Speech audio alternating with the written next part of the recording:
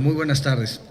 Agradeciendo a la senadora Mónica Fernández, al senador Armenta sus palabras, quisiera hacer una presentación en torno a la labor de la Unidad de Inteligencia Financiera, por un lado, y por otro lado, el análisis de la iniciativa que fue presentada por el senador Armenta y por el senador Ricardo Monreal en una de los periodos de sesiones del año pasado, que tiene que ver con la reforma a la Ley de Prevención del Lavado de Dinero.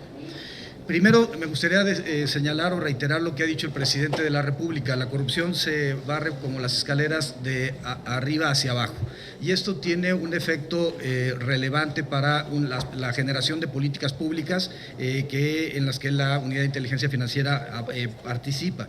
Hemos denominado nosotros, en atención al planteamiento del señor presidente, una operación Casa Limpia, que implica evidentemente empezar por limpiar la casa, es decir, empezar por limpiar la corrupción que se vivía en el ámbito gubernamental, y es uno de los puntos centrales de actividad de la Unidad de Inteligencia Financiera. Durante el año 2019 se trabajó en 5 ejes temáticos. El robo de hidrocarburos fue el primero, el segundo, el combate a la trata de personas y al tráfico ilegal de migrantes, el tercero fue el combate al narcotráfico, el cuarto, la corrupción política, y finalmente el último ha sido el combate a las empresas fachadas y factureras, en atención a las distintas reformas que han sido aprobadas por este Senado de la República, y en atención también a las políticas establecidas por el presidente Andrés Manuel López Obrador. Empresas fachada y factureras. Las pérdidas son como de 324,000 millones de pesos anuales en defraudación fiscal por este tipo de operaciones. Me gustaría, hay una presentación, no sé si la pudieran colocar. Adelante, por favor. Adelante. Adelante. Uy, no sé por qué está eso. Bueno, a ver, adelante. No sé. En cuanto a informe de actividades de la Unidad de Inteligencia Financiera, durante 2019 se presentaron 160 denuncias ante la Fiscalía General de la República. Esto es el techo histórico, el récord histórico de la unidad desde su creación y desde que se inició esta práctica de presentar denuncias por operaciones con recursos de procedencia ilícita. Los montos, y creo que esto es lo importante, en moneda nacional son más de 317,000 millones en depósitos y en retiros de 286,000 millones de pesos. Esto solamente en los 160 casos que han sido analizados y presentados ante la Fiscalía General de la República, algunos de los cuales ya están judicializados, y todos los judicializados han conseguido la vinculación a proceso. En dólares estamos hablando de más de 2,000 millones de dólares, 2 billones de acuerdo a su nomenclatura, y 2,320 millones de dólares en retiros. En ese sentido, digamos que el lavado de dinero relacionado con euros es significativamente menor a lo que encontramos en depósitos y retiros por parte en pesos mexicanos y en moneda norteamericana. Adelante, por favor. Después, el número de sujetos bloqueados también ha aumentado de forma considerable. En 2019 se bloquearon a 1,371 personas, básicamente en los rubros antes mencionados: corrupción política, temas vinculados con narcotráfico. Hicimos acuerdos de bloqueo generales para el cártel de Sinaloa, por ejemplo, temas relacionados con trata y tráfico ilegal de migrantes, en coordinación con la Secretaría de Relaciones Exteriores, y el número de cuentas bloqueadas dan un total de más de 12,000 durante 2019. Esto en montos económicos da un total de 4,554 millones de pesos actualmente bloqueados y 52 millones de dólares. Hay una problemática con este tema, y es que, a pesar de que se bloquea, en muchas ocasiones los particulares, principalmente en los temas relacionados con narcotráfico, no acuden a solicitar la garantía de audiencia y no acuden al juicio de amparo. Entonces el dinero permanece en los bancos, y ese dinero pues no es utilizado para ser regresado al Estado mexicano, en razón de que no hay un procedimiento legal en este momento. Hay me referiré más adelante a la Ley de Instituciones de Crédito, pero eso es un tema importante a considerar. Y el otro tema relacionado con esto es que evidentemente se van generando intereses en el sistema financiero, y eso es algo que no se le va a desarrollar o no se le va a regresar a las personas a las que se les bloqueó la cuenta, y también es dinero que al final del día podría incorporarse o trasladarse al Estado mexicano. Cabe señalar que si alguien promueve un juicio de amparo, una garantía de audiencia, evidentemente puede, con una decisión judicial, recuperar el acceso a los recursos que hayan sido bloqueados por la Unidad de Inteligencia Financiera o inclusive en su momento por la Fiscalía General de la República. Adelante, por favor. Sujetos investigados con Egmont. La UIF forma parte del grupo Egmont. Son 169 UIF a nivel global que intercambiamos información de manera directa a partir de una red segura. Las solicitudes de información en 2019 recibimos 155 solicitudes de información. También este es el récord histórico a nivel institución, y enviamos 87 solicitudes de investigación para diversos casos. No puedo hacer referencia a los mismos por el deber de sigilo de las investigaciones, solamente referiré a los casos que ya son públicos porque se encuentran ya judicializados, como el caso del señor Emilio Lozoya, los casos relacionados con Rosario Robles, entre otros solicitudes de información que se han hecho. Adelante, por favor. En juicios de amparo se ha aumentado, particularmente en razón de la jurisprudencia promovida por el exministro Medina Mora, aumentaron el número de expedientes. Tuvimos 984 expedientes durante 2019, es decir, demandas de juicio de amparo para efecto de buscar el desbloqueo de las cuentas por parte de la Unidad de Inteligencia Financiera. Y por otro lado, la Fiscalía General de la República durante 2019 nos pidió 670 casos, reportes de petición, es decir, información que se le ha dado a la Fiscalía General de la República para la judicialización de las carpetas de investigación. Creemos que lo importante es que exista coordinación entre las instituciones y que podamos seguir mandando mensajes a la ciudadanía de que la Unidad de Inteligencia Financiera proporciona información en el ámbito de sus facultades a las autoridades ministeriales para efecto de llevar los casos ante los tribunales. Adelante, por favor. Faltaría aquí nada más el caso de las vistas. Como una novedad, esta administración lo que ha hecho es darle vista a las autoridades administrativas e inclusive ministeriales a nivel local. Tenemos casos llevados en Guanajuato, en Jalisco, en Coahuila, en donde nos han solicitado información respecto a determinados sujetos, o se han dado vista inclusive a la Secretaría de la Función Pública, a la Procuraduría Fiscal de la Federación, al Servicio de Administración Tributaria, para poder generar un modelo que permita atender y combatir de mejor forma los temas del lavado de dinero cuando hay una responsabilidad administrativa o una responsabilidad penal que no sea competencia de la Fiscalía General de la República. Adelante, por favor. Adelante. Hemos también generado casos, estos son casos nuevos, esto tiene que ver con Pemex en la administración del señor Lozoya. Es un caso de 83 millones donde se utiliza nuevamente a una universidad, y esa universidad contrata empresas fachada. El problema con las empresas fachadas es que al final del día lo que generan es un camino de corrupción. A diferencia de otras épocas de la historia mexicana donde había un cohecho, un soborno hacia los servidores públicos, en este caso lo que encontramos durante la administración anterior fue la generación de empresas fachada. Esas empresas fachada eran constituidas, se convertían en elementos absolutamente contrarios a el interés del empresariado mexicano, en razón de que competían ilícitamente contra los empresarios porque ganaban los contratos, y estas empresas 3 o 4 meses después de haber ganado millones de pesos en contratos desaparecían. El dinero era trasladado a cuentas particulares, de ahí se sacaba el dinero en efectivo y por trasladadores de valores era llevado a distintos lugares de la República e inclusive fuera de las fronteras nacionales. Creo que este es uno de los temas centrales del combate a la corrupción, identificar las tipologías y generar los mecanismos para eliminar a las empresas fachadas, las factureras o inclusive el outsourcing ilegal cuando está generando competencias desleales hacia el empresariado mexicano, hacia la sociedad mexicana y evidentemente distrayendo recursos públicos para fines de naturaleza personal o electoral. Adelante, por favor. Es el nombre de la empresa. Este es otro caso que ya hemos encontrado, es un asunto vinculado con el DIF, un Estado de la República. El tema central con este caso en particular es que es el mismo esquema que se encuentra en la estafa maestra, el mismo esquema que se encontró en Pemex, y que a partir de ahí se hacen transferencias internacionales. Esta información que ya se hizo el conocimiento de la Secretaría de Relaciones Exteriores y de otros espacios para efecto de que se proceda conforme a nuestro marco constitucional vigente. Adelante, por favor. Respecto a los cárteles, el combate, la Estrategia Nacional de Seguridad que ha planteado el Gabinete de Seguridad del presidente López Obrador tiene 10 puntos. Podemos, a partir de los 10 puntos que planteó el presidente, analizar en 5 instrumentos importantes de combate que es importante revisar.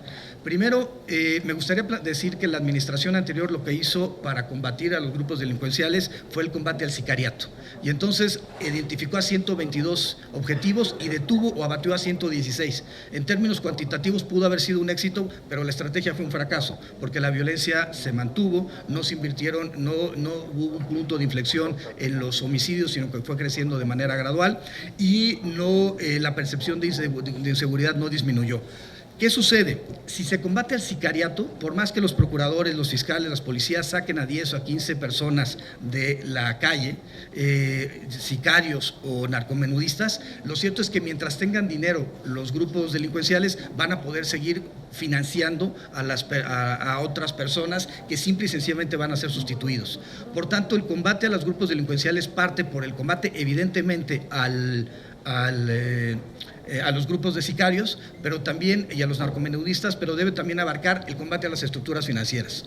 Y esto es, digamos, la apuesta de esta administración para efecto de congelar las cuentas, encontrar las personas físicas y morales que son utilizadas para el lavado de dinero. Tercer elemento, sin embargo, esto no es, con esos 2 elementos no se resuelve el problema del combate a la delincuencia. Hay un tercer elemento que está enfocado a la corrupción política. Los grupos delincuenciales no surgen por generación espontánea, son protegidos, promovidos o apoyados por grupos de poder particularmente local, y esos son la corrupción política que tiene que ser combatida es precisamente esa, para poder abatir la protección que tienen particularmente territorial estos grupos. Y un cuarto elemento, el combate a la corrupción dentro de los ministerios públicos y dentro de los poderes judiciales. Como dijo el ministro presidente de la Suprema Corte en su informe en diciembre del año pasado, hay que combatir la corrupción judicial porque precisamente son jueces, magistrados o son inclusive ministerios públicos en el no ejercicio de la acción penal quienes establecen los mecanismos jurídicos de protección de los grupos delincuenciales. Y por tanto, combatir la corrupción al interior es un tema fundamental para poder abarcar en realidad el combate a la delincuencia organizada. En ese sentido, recordemos que el año pasado la Unidad de Inteligencia Financiera denunció y la Fiscalía Anticorrupción de la Fiscalía General de la República obtuvo una orden de aprehensión contra un magistrado federal que no podía comprobar 50 millones de pesos adicionales que tenía en sus cuentas del Consejo de la Judicatura Federal con independencia del salario, a pesar de la prohibición constitucional que existe para jueces y magistrados de no poder recibir ningún emolumento que no provenga del Consejo de la Judicatura Federal.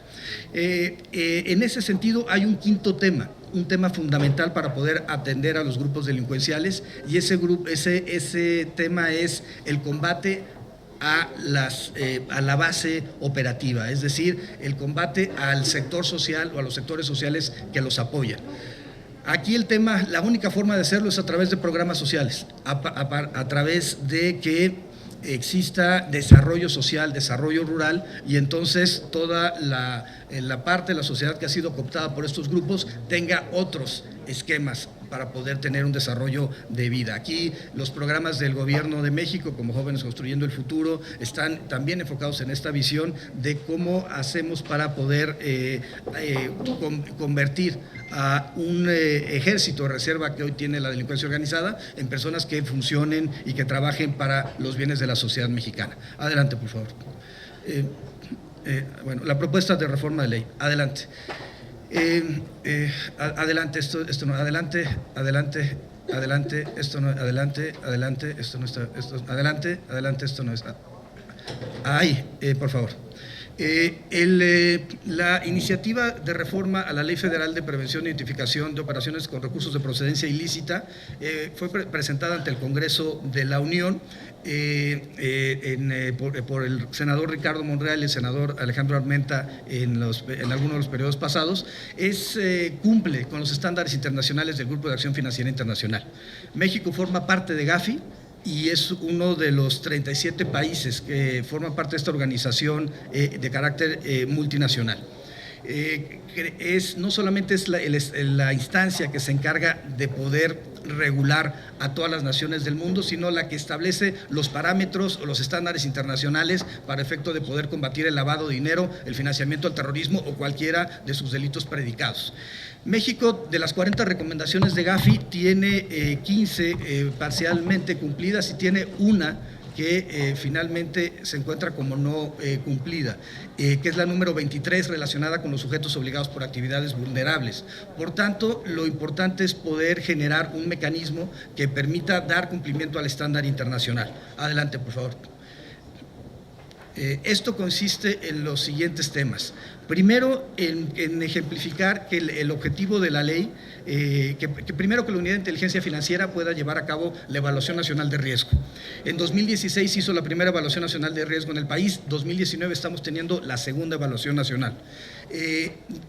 Ya está terminada, se hará del conocimiento público en días próximos, pero lo que nos da como resultado es que los riesgos en México de lavado de dinero son la delincuencia organizada, en primer término. En segundo lugar, el monto del dinero ilícito que es introducido al sistema financiero. En tercer lugar, los temas de corrupción política. En cuarto lugar, los temas de puertos, aduanas y en general el trasiego de bienes, incluyendo la introducción al país de forma ilícita de armas y de drogas, particularmente el fentanilo, que se ha convertido en un problema de salud pública a nivel global, y el uso de dólares en efectivo, el uso de pesos en efectivo y los sistemas de pago.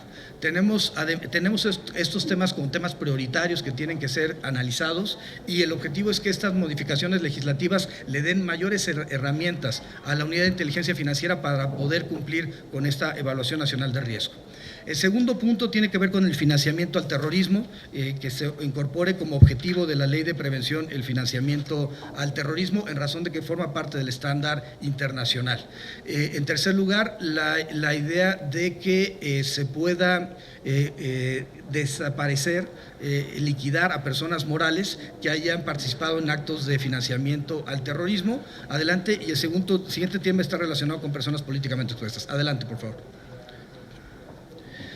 ¿Qué estamos planteando? Primero, el enfoque basado en riesgos, que todas las actividades vulnerables de la ley, es decir, los corredores públicos, los notarios públicos, los desarrolladores inmobiliarios, los vendedores de arte, los vendedores de joyas, etcétera, puedan hacer un enfoque basado en riesgos, que sepan cuáles son los riesgos que tiene su sector. Esto se hará con base en la evaluación nacional que nosotros les proporcionaremos, pero el objetivo es cumplir, insisto, con el estándar internacional. Por otro lado, en la búsqueda del beneficiario final, la obligación de que se pueda acreditar quién es realmente la persona que está recibiendo los beneficios por el acto de corrupción o por los casos vinculados por delincuencia organizada. Esto nos ayudará a cumplir con el estándar internacional, y además porque México forma parte del grupo líder a nivel global con Reino Unido, encabezando a partir de la Secretaría de la Función Pública y la Unidad de Inteligencia Financiera las acciones para poder identificar a las personas que están recibiendo los recursos. Por otro lado, tenemos el tema de operaciones sospechosas, y las operaciones sospechosas se presentan en aquellos supuestos en donde aunque no se superen los umbrales establecidos por la norma, los sujetos obligados por actividades vulnerables tengan dudas de que existe una actividad ilícita atrás de la adquisición de un bien inmueble, adquisición de una obra de arte o cualquiera de ellos. Con esto daremos cumplimiento a la recomendación número 23 de Gafi, relacionada con otras medidas para actividades vulnerables. Adelante, por favor. Se solicita programas de capacitación y sistemas automatizados en atención a la recomendación número 23 de Gafi y también a lo que ha planteado el informe de evaluación mutua presentado en septiembre de 2017, publicado en enero de 2018 por parte del Grupo de Acción Financiera Internacional. El objetivo es que todas las personas tengan, que los sujetos obligados por la ley capaciten a sus trabajadores en temas vinculados con el lavado de dinero y el combate al financiamiento al terrorismo. Se solicita además, en términos del estándar internacional, para cumplir la misma recomendación 23, tener una auditoría interna o auditor externo y también en el ámbito particular de las organizaciones sin fines de lucro, buscar aquellas que tengan un enfoque de financiamiento al terrorismo para efecto de poder ser combatidas y restringidas. México no tiene problemas de financiamiento al terrorismo, pero hay que reconocer que nuestra realidad geopolítica, por nuestra cercanía con Estados Unidos, pone en riesgo y es importante que desarrollemos todas las actividades para poder detener esto.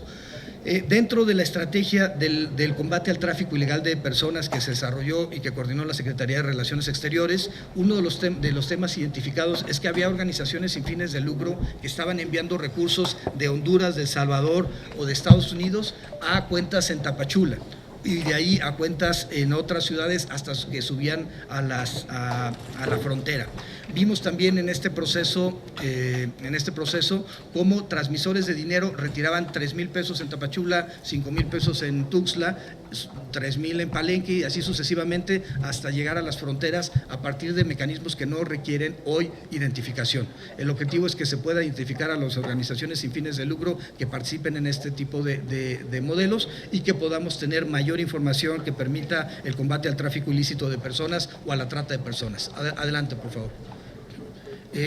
Y un tema que me parece central está relacionado con las actividades vulnerables mediante fideicomisos.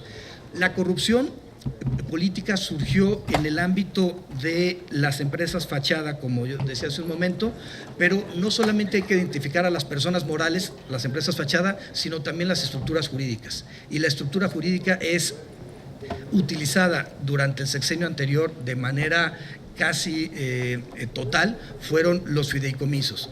El objetivo es que cualquier persona que desarrolle una actividad vulnerable, incluidas quienes actúan por medio de fideicomisos, tengan la obligación de informarle a la UIF cuando haya movimientos irregulares, actividades sospechosas, cuando el perfil transaccional de los clientes usuarios no sea el adecuado y evidentemente cuando estemos en presencia de montos significativos. Eso nos permitirá cumplir no solamente con el estándar internacional, sino atacar uno de los temas centrales de la corrupción que se da a partir de fideicomisos en el sistema financiero. Adelante, por favor.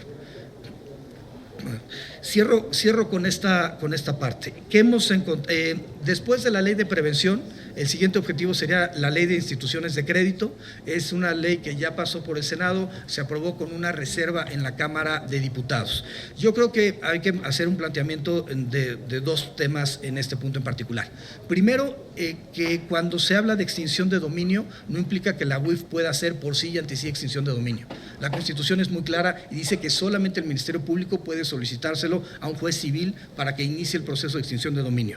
Lo que se estaba planteando en esa reforma, se puede modificar, ustedes tendrán la posibilidad de hacerlo, modificar y generar una mejor redacción para efecto de poder de clarificar que se desarrollará a partir de la actuación del Ministerio Público.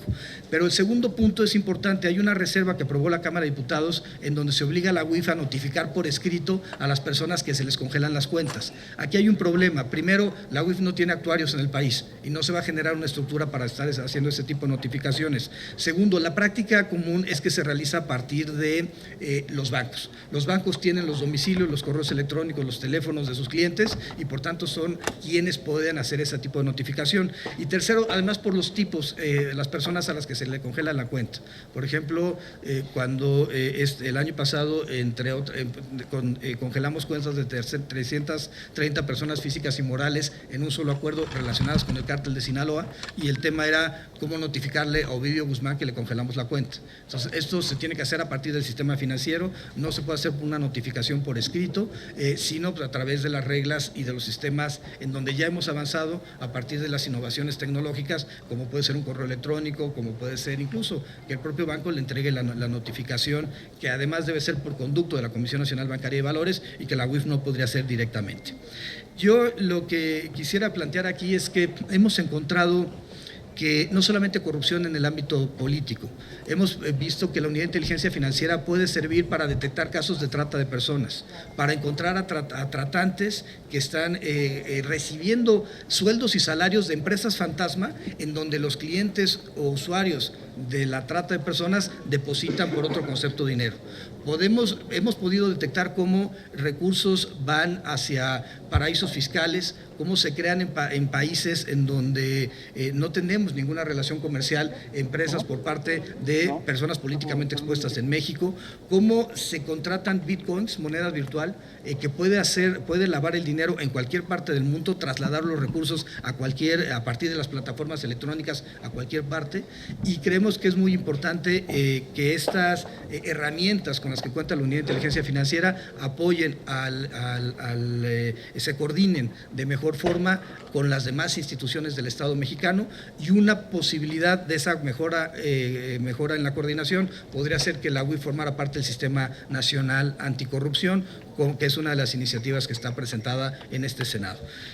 Yo digo con todo respeto y agradezco mucho la posibilidad que me han dado de estar frente a ustedes, de plantearles estos elementos para la discusión que ustedes tendrán, y bueno, comentarles que el planteamiento del presidente Andrés Manuel López Obrador ha sido muy claro.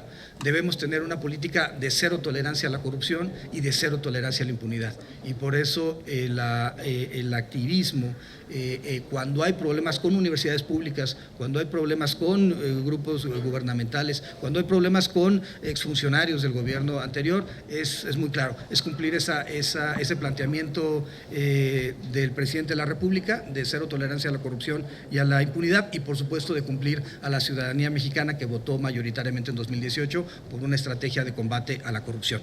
Éramos el país 138 de los más corruptos del mundo, como de 180 analizados.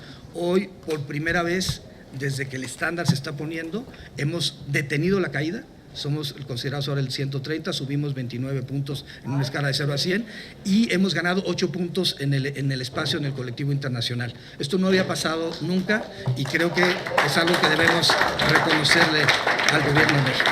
Muchas gracias. Gracias, doctor Santiago Nieto.